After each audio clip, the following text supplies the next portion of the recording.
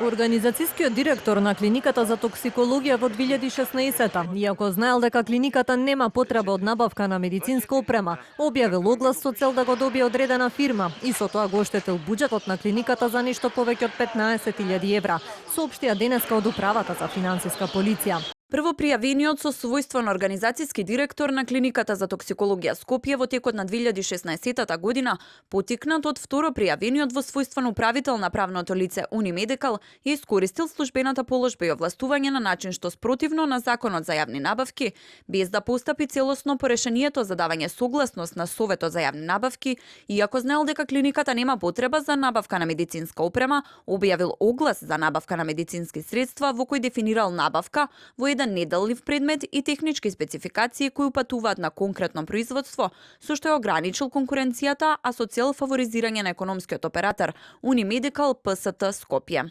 Освен кривична против поранешниот директор за злоупотреба на службената должност, кривични се поднесени против управителот на фирмата која го добила тендерот, но и против вработена во Агенцијата за лекови.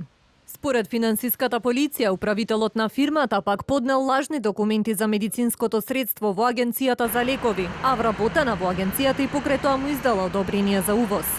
Од јавното обвинителство за гонење на организиран криминал и корупција пак велат дека се уште ги немаат добиено кривичните пријави. Според информациите што ги добивме од актуелниот медицински директор на клиниката за токсикологија, организацијскиот директор против кој е поднесена кривичната пријава веќе не работи на клиниката. За организацијските директори на клиниките се најавуваше дека ќе бидат укинати бидејќи тие не помогнаа во расчистувањето на долговите на клиниките заради што и беа поставени, а дел од јавноста укажуваше дека овие работни позиции се само за вдомување на партиски кадри и дека нема никаква потреба од истите.